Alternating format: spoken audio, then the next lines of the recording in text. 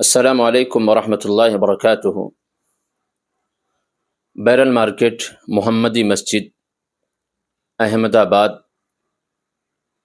کی زیر نگرانی ایک روزہ اصلاحی پروگرام بتاریخ 17 نومبر 2024 بروز اتوار کو منعقد ہوا، جس میں آخری خطیب فضیلۃ الشیخ ابو زید ضمیر حفظہ اللہ تھے، جن کا موضوع توحید کے فوائد اور شرک کے نقصانات تھا۔ توحید کے فوائد کے بعد شرک کے نقصانات قرآن اور احادیث نبویہ کی روشنی میں گنوا رہے تھے کہ اتنے میں ایک شخص اسٹیج پر پہنچتا ہے اور کہتا ہے کہ حضرت ہمیں لوکیشن بتائیں کہ کہاں قبروں پر سجدے کیے جاتے ہیں، اور یہ کہ نظر و نیاز شرک ہے۔ فضیلۃ الشیخ خاموش ہو گئے اور انتظامیہ نے اسے نیچے اتارا، اور پھر اس کے بعد فضیلۃ الشیخ نے جو جواب دیا ہے، جبکہ حالات ایسے بنتے دکھ رہے تھے کہ اگر ذرہ برابر بھی الفاظ اور جملوں کا انتخاب غلط ہوتے تو حالات بہت ہی بد سے بد ہو سکتے تھے، لیکن فضیلۃ الشیخ نے جس نرمی اور اچھے اسلوب میں سمجھایا ہے وہ ہم سب کے لیے قابل تقلید ہے کہ جب بھی ایسے حالات اور مسائل آئیں تو ہمیں بھی چاہیے کہ اسی اسلوب میں، اور قرآن کی وہ آیت ادع الی سبیل ربک بالحکمہ والموعظۃ الحسنہ وجادلہم باللتی ہی احسن، کہ حکمت ہو اور جب اختلاف دکھے، مسائل بڑھنے لگیں، تو پھر ہمارا جو طریقہ ہو وہاں پر وہ احسن ہو اور بہتر ہو، کہ جس انداز سے شیخ محترم نے اسے بہترین لب و لہجے کے ساتھ اور دلائل کی روشنی میں اس معاملے کو سمجھایا اور اس معاملے کو وہیں رفع دفع کیا، اور اپنے لوگوں کو بھی بطور خاص نصیحت کی کہ جب بھی ایسے حالات ہوں آپ بھی دوسروں کو جو اختلاف کرنا چاہتے ہیں انہیں اپنا بھائی سمجھ کر کے درگزر کرنے کی کوشش کریں۔ آپ تمام حضرات خود فضیلۃ الشیخ ابو زید ضمیر حفظہ اللہ کا وہ جواب سماعت فرمائیں کہ کس طریقے سے بھرے مجمع میں آپ نے اسے سمجھایا، ایسا لگ رہا تھا کہ آپ کے الفاظ کے ذریعہ سے پھول جھڑ رہے ہوں۔ جو قیامت کے دن تک اس کی پکار کو نہیں سن سکتے۔ سوال تھا حضرت کون سی قبروں پر سجدہ ہوتا ہے؟ لوکیشن بتائیں گے پلیز؟ جی مجھے وہاں سے پرمیشن ملی، اور نظر و نیاز کرنا شرک ہے، یہ کہاں پر لکھا ہوا اور ایسی کون سی نظر و یہ پروگرام یہ مناسب مجھے صرف یہ لوکیشن پتہ کرنی ہے کون سی قبروں پر تقریر کے بعد یہ ایسا مناسب۔ آپ سب سے گزارش ہے آپ بیٹھ جائیں، آپ بیٹھ جائیں، سب سے گزارش ہے اپنی اپنی جگہ پر بیٹھ جائیں۔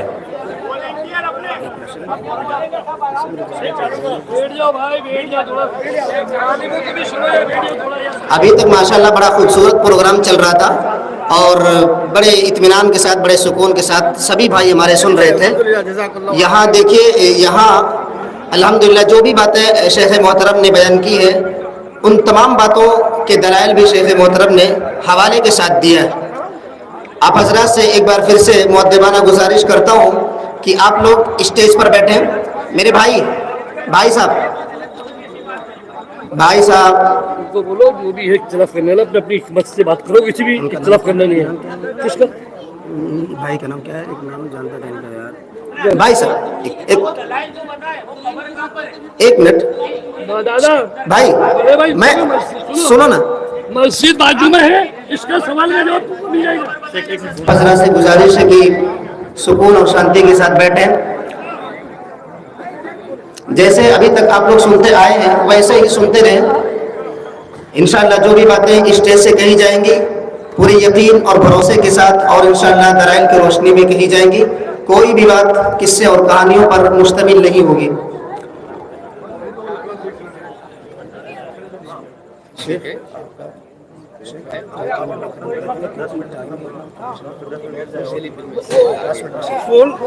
بولو، ہوتے بیٹھ جائے اپنے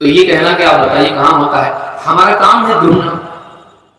اگر کوئی آدمی کہے چوری بری چیز ہے، کوئی آدمی آ کے بتائیے کون چور ہے، اس مجمع میں کوئی چور ہے کہ بتاؤ، میرا کام نہیں ہو، میرا کام یہ ہے کہ میں بتاؤں چوری بری چیز ہے، شراب بری چیز ہے، جوا بری چیز ہے، کیا یہ بتانا غلط ہے؟ فوراً کوئی مجمع میں سے آ جائے میرے پاس، کہے بتائیے میں سے جوا کون بہت کھیلتا ہے، تو مجھے نہیں معلوم، تو پھر آپ نے کیوں کہا جوا کھیلنا غلط ہے؟ بھائی جوا غلط ہے، اب کوئی نہیں کھیلتا ہے یہاں سے جوا، شراب نہیں پیتا ہے، چوری نہیں کرتا، بہت اچھی بات ہے، لیکن یہ گناہ جب قرآن میں اس کے بارے میں آیا ہے، حدیثوں میں جب آیا ہے، تو ہم امت کو نہیں بتائیں، ہم اس کے بارے میں لوگوں کو خبردار نہ کریں؟ تو ہمارا کام ہے یہ بتانا۔ اب کہیں ہو رہا ہے تو آپ بھی ذمہ دار ہو، رشتہ داروں میں دور کہیں اور آپ بتائی مت کرو۔ ہم یہ نہیں کہہ رہے کہ آپ ان کے دشمن بن جائیں، جیسے بعض احباب نے کہا کہ بھئی حالات برے ہیں، اتحاد کی بات کرو۔ اتحاد کیوں نہیں؟ اتحاد تو ہونا چاہیے، لیکن اتحاد کے بارے میں اللہ نے کیا فرمایا؟ وَاعْتَصِمُوا بِحَبْلِ اللَّهِ جَمِيعًا وَلَا تَفَرَّقُوا، اللہ کی رسی کو مضبوطی سے تھامے رہو، آپس میں ٹکڑے ٹکڑے فرقہ فرقہ مت بنو۔ اللہ کی رسی کیا ہے؟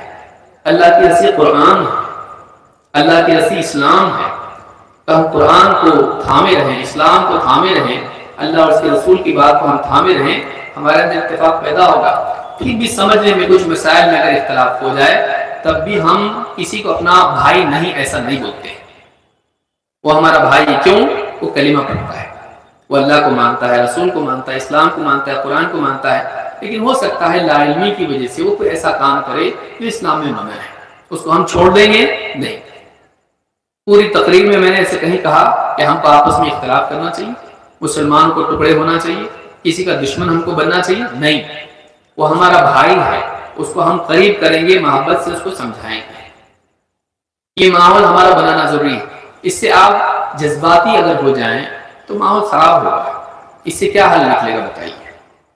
ہاں اگر میں کسی کا نام لے کے کسی کے اوپر تنقید کروں، آپ مجھ کو بول سکتے ہو کہ آپ نے فلاں کے بارے میں ایسا کہا، کہاں انہوں نے ایسا، کہاں کیا انہوں نے ایسا، آپ مجھ سے پوچھ سکتے ہو۔ ایک عمومی بات میں بیان کر رہا ہوں کہ قرآن و سنت میں جتنی برائیوں کے بارے میں آیا ہے، کیا ہم سب بولنا چھوڑ دیں اس لیے کہ ہمارے پاس پروف ہونا ضروری ہے؟ ایسا ضروری نہیں۔ اصولی بات بیان کرنے کے لیے آپ کے پاس فلاں علاقہ، فلاں آدمی، فلاں دیہات اس کی مثال ہو ضروری نہیں ہے۔ اللہ کے نبی صلی اللہ علیہ وسلم کے حدیثوں میں یہ آیا ہے کہ قیامت کے وقت، قیامت سے قریب ایسا ہوگا کہ لوگ گدھوں کی طرح راستے میں مرد اور عورت گندی حرکت کریں گے، ایک دوسرے کے ساتھ میں زنا کاری کریں گے، راستوں پر جیسے گدھے کرتے ہیں۔ اب کیا کریں؟ اس حدیث کو بیان کرنا چھوڑ دیں اس لیے کہ آپ کے پاس اس کی مثال نہیں؟ کہاں ہے بتاؤ، ایسا کون کر رہا ہے ایسا؟ بھئی حدیث میں آیا ہے ایسا ہوگا، لیکن آپ نے اگر نہیں دیکھا اپنی پوری زندگی میں، اس کا مطلب کیا کریں؟ حدیث جھوٹی ہے؟ حدیث سچی ہے۔ پیارے رسول صلی اللہ علیہ وسلم کی کوئی بات چاہے ہم نے زندگی بھر نہ دیکھی وہ غلط ہو سکتی ہے، پھر کیا ایمان لائے ہم اپنے نبی پر؟ ہم اپنے نبی پر کیا ایمان لائے؟ ہم نے نہیں دیکھا اپنی زندگی میں اس کو، لیکن ہم اپنے نبی کی بات کو حق مانتے ہیں۔ آپ نے بتا دیا ایسا ہوگا، ہوگا۔ آپ کو خوف تھا ایک چیز کا کیسا ہو سکتا ہے، ہم مانتے ہیں کہ ہو سکتا ہے۔ اس کے لیے ضروری نہیں کہ میں کہیں سے مثال بھی آپ کے سامنے رکھوں، نہیں، رکھ سکتے ہیں لیکن نہیں رکھے تو کیا ہم بتانا چھوڑ دیں اس کو؟ تو یہ یاد رکھیں کہ اس طرح کی جو بھی باتیں ہوتی ہیں یہ دین کے بارے میں جذباتیت کی وجہ سے ہوتی ہیں۔ ٹھنڈے دل سے اگر کوئی آدمی غور کرے تو بہت ساری باتیں اس کی سمجھ میں آ سکتی ہیں۔ نبی صلی اللہ علیہ وسلم نے جو بھی باتیں بیان کی ہیں، چاہے ہم کو وہ دکھائی دیں نہ دے، ہماری زندگی میں ہمارے سامنے آئے نہ آئے، لیکن آپ نے بتا دیا، وہ پتھر کی لکیر سے بھی زیادہ پکی بات ہے۔ ہم اس کو مانتے ہیں، ہم اس کو مانتے ہیں، بس ہمارے نبی نے بتا دیا، ہم مانتے ہیں اس کو، چاہے ہم کو دکھائی دے یا نہ دے۔ یہ ہمارا ایمان ہونا چاہیے، یہ ہمارا یقین ہونا چاہیے۔ تو جو بھی باتیں، ابھی بہت ساری باتیں تھیں، وقت اس میں کافی نکل گیا، اور اب آپ نے کہا کہ بھائی بات سمیٹ لیں اپنی، لیکن یاد رکھیں کہ جتنے بھی ایمان والے ہیں، اللہ کو اپنا رب مانتے ہیں، اللہ کو معبود برحق مانتے ہیں، نبی صلی اللہ علیہ وسلم کو اپنا نبی رسول مانتے ہیں، خاتم النبیین مانتے ہیں، قرآن کو اللہ کی کتاب مانتے ہیں، اسلام کو اللہ کا دین مانتے ہیں، وہ ہمارے بھائی ہیں۔ وہ ہمارے بھائی ہیں، چاہے وہ کسی غلطی میں مبتلا ہوں، ہم ان کو اسلام سے باہر نہیں نکال رہے۔ کیوں؟ اس لیے کہ ہم جانتے ہیں کہ اتنے دور کے بعد اور نبی صلی اللہ علیہ وسلم کے زمانے سے دوری کی وجہ سے، ماحول کے بگاڑ کی وجہ سے، قوموں کی وجہ سے بہت ساری چیزیں ہمارے اندر آ گئی ہیں۔ کیا ہم نہیں جانتے؟ جاہلی رسم و رواج بہت ساری چیزیں ہمارے یہاں پر ہیں۔ تو ہم کیا کریں؟ ایک دوسرے کو اسلام سے باہر نکالیں؟ نہیں، ہم کوشش کریں گے کہ ہم گرتے کو ہم دھکیلیں گے نہیں۔ گرتے کو ہم کیا کریں گے؟ دھکیل دیں گے۔ کھائی میں کوئی گر رہا ڈھکیل دیں گے نہیں، ہم کھینچتے ہیں اس کو۔ تو ہماری یہ دعوت ہے علم کو عام کرنا، بلغوا عنی ولو آیا، ایک آیت ہی کیوں نہ ہو پہنچاؤ۔ اس کی بنیاد پر آپس میں نفرتیں نہیں، میں نے کوئی ایسی بات نہیں کی جس سے نفرت پیدا ہو، ایسی کوئی بات میں نے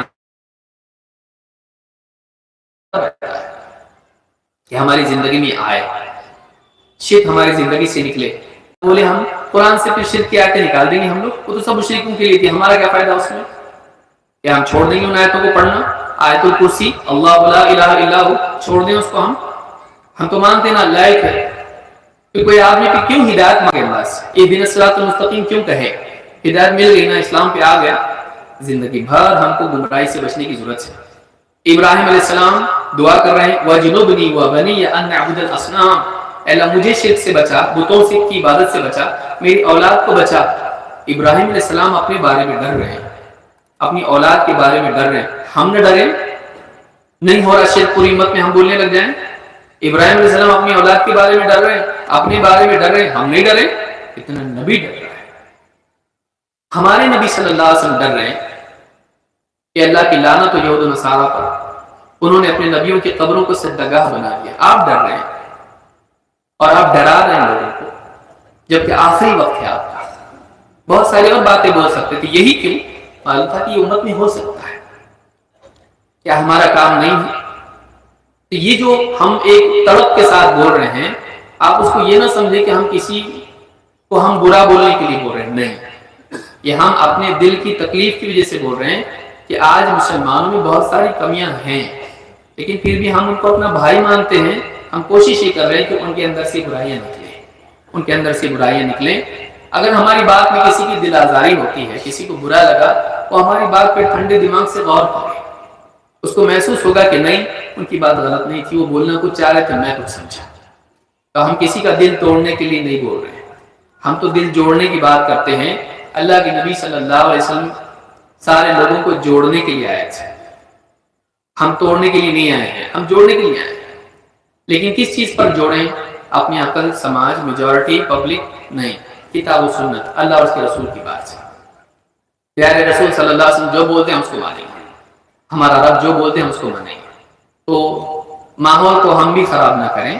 اور ٹھیک ہے کوئی آدمی آ گیا سوال پوچھنے کے لیے، اس کے دل کی ایک تکلیف ہے، وہ اس کو سمجھ میں نہیں آئی بات، برا لگا اس کو آیا، باقی لوگ بھی اس کو اپنا دشمن نہ بنائیں، وہ بھی ہمارے بھائی ہیں، اور ہم محبت سے ان کو سمجھانے کی کوشش کریں، ماحول خراب نہ کریں۔ یہ بات اپنی جگہ درست ہے کہ ماحول اچھا نہیں ہے، اس میں اور زیادہ ہم جذباتی ہو کر کیوں آئے اور پکڑ کے ان کو پوچھنے لگے اس طرح کی، ٹھیک ہے ہوتا ہے ایسا، کوئی آ جاتا ہے، ہو سکتا ہے اللہ تعالیٰ ان کو اس بات کی توفیق ملے کہ ہماری بات پہ مزید غور کر سکے، اور اگر ہماری بات میں کچھ غلطی ہے اللہ تعالیٰ ہم کو سمجھتا فرمائے۔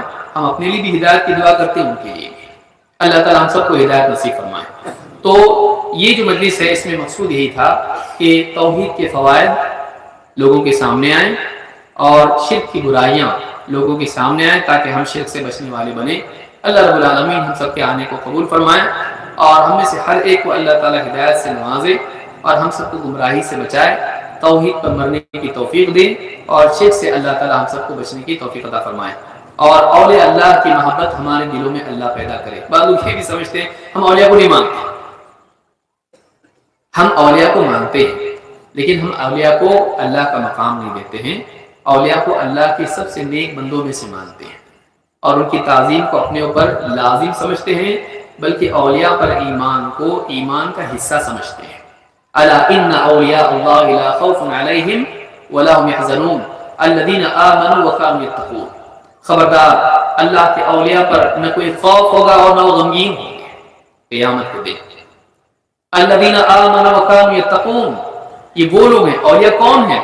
جو ایمان لائے اور پرہیزگار زندگی گزارتے رہے، جو ایمان والے تھے، جن کا عقیدہ صحیح تھا اور جن کی زندگی میں تقویٰ تھا۔ اسی لیے میں نے اپنی خطاب میں کیا کہا کہ وہ شریعت کی کوئی لحاظ نہیں کرتا ہے، وہ دین کے اعتبار سے بالکل بھی کچھ جانتا نہیں ہے، لوگ اس کو بھی کرنے لگ جاتے ہیں۔ تو ہم ان کو اولیاء مانتے ہیں جو اللہ کی پر ایمان والے ہوں، صحیح عقیدے والے ہوں، اللہ کی عبادت کرتے ہوں اور تقویٰ والے ہوں، نبی صلی اللہ علیہ وسلم کی سنتوں پہ چلتے ہوں، یہ اللہ کے ولی ہیں۔ ان پر ایمان لانا اور ان کی تعظیم کرنا، ان کا احترام کرنا، یہ ہمارے لیے دین ہے۔ ایک عام عالم کا ہم احترام مانتے ہیں، اللہ کے ولی کا ہم احترام نہیں مانیں گے، لیکن ہر ایک کو ولی بنا دے ہم نہیں۔ ولی کی جو بنیاد بتائی اللہ نے، ایمان اور تقویٰ۔ اللہ کے ولی کو پہچاننے کا راستہ کیا بتایا؟ ایمان اور تقویٰ۔ جس کی زندگی میں کمال درجے کا ایمان ہو، جس کی زندگی میں کمال درجے کا تقویٰ ہو، اللہ تعالیٰ ایسے بندوں کو اپنا ولی بناتا ہے۔ اور ان کے بارے میں حدیث بخاری کی ہے، من عادى لی ولیا فقد آذنته بالحرب، جو میرے کسی ولی سے دشمنی کرے اس سے میرا جنگ کا اعلان ہے۔ اس صحیح بخاری کی حدیث ہے کہ جو میرے کسی ولی سے دشمنی کرے، دشمنی مول لے، اس کے لیے میری طرف سے جنگ کا اعلان ہے۔ تو ہم اللہ سے نعوذ باللہ جنگ کا اعلان ہم اپنے لیے مول لیں؟ ہم اولیاء کے دشمن نہیں ہیں، ہم اولیاء سے محبت کو واجب مانتے ہیں، لیکن ہر ایک کو ولی بنا دینا بھی ٹھیک نہیں ہے۔ اس کی کنڈیشن جو قرآن میں بتائی گئی ہے، وہ کنڈیشن ہم کو یاد رکھنا چاہیے، ایمان اور تقویٰ۔ اور تقویٰ میں اتباع سنت بھی آتا ہے، کیونکہ اللہ نے کیا فرمایا؟ قُلْ إِن كُنتُمْ تُحِبُّونَ اللَّهَ فَاتَّبِعُونِي يُحْبِبْكُمُ اللَّهُ۔ اے نبی آپ کہہ دیجئے کہ اگر تم واقعی اللہ سے محبت کرتے ہو تو میری اتباع کرو، اللہ بھی تم سے محبت کرے گا۔ معلوم ہے کہ اللہ کی محبت سنت سے ملتی ہے۔ اتباع سنت جس کی زندگی میں ہو، اس کو اللہ کی محبت ملتی ہے۔ اگر کسی کی زندگی میں سنتیں نہ ہوں، آپ اس کو اللہ کا ولی بنا لیں، کیسے ہو سکتا ہے؟ اللہ نے بتایا، اللہ اس بندے سے محبت کرتا ہے جو سنتوں کا پابند ہوتا ہے۔ تو یہ موٹی موٹی باتیں ہیں، اس طرح کا کبھی اگر کسی پروگرام میں ہو جائے تو ماحول ہم بھی خراب نہ کریں۔ ٹھیک ہے، کوئی آ گیا پوچھنے کے لیے، تھوڑا سا اس کو سمجھ میں نہیں آیا، اس کو لگا کہ بولنا چاہیے، یہ غلط بول رہے ہیں، ہم ایسے لوگوں سے درگزر کا معاملہ کریں، ہم ایسے لوگوں سے درگزر کا معاملہ کریں، اس کو زیادہ اور طول نہ دیں۔ میں مشورہ احباب کو دوں گا کہ اس کو لمبا نہ کریں، ہو گیا ختم ہو گیا، چھوڑ دیجیے اس کو۔ اللہ تعالی ہم سب کو ہدایت نصیب فرمائے، ہم سب کو صراط مستقیم پر جمائے، سب کے دلوں کو اللہ جوڑ دے اور سب کو مل جل کر اللہ کے دین کو لوگوں میں عام کرنے کی توفیق عطا فرمائے۔ ہم سب کو قرآن و سنت کی پیروی کی توفیق عطا فرمائے، صحابہ کے نقش قدم پر چلنے والا بنائے، اولیاء کی محبت کے ساتھ جینے والا اور اسی پر مرنے والا بنائے۔ اقول هذا واستغفر الله لي ولكم۔